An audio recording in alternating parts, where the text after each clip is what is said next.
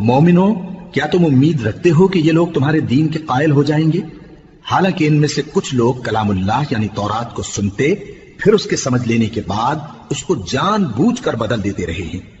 اور یہ لوگ جب مومنوں سے ملتے ہیں تو کہتے ہیں ہم ایمان لے آئے ہیں،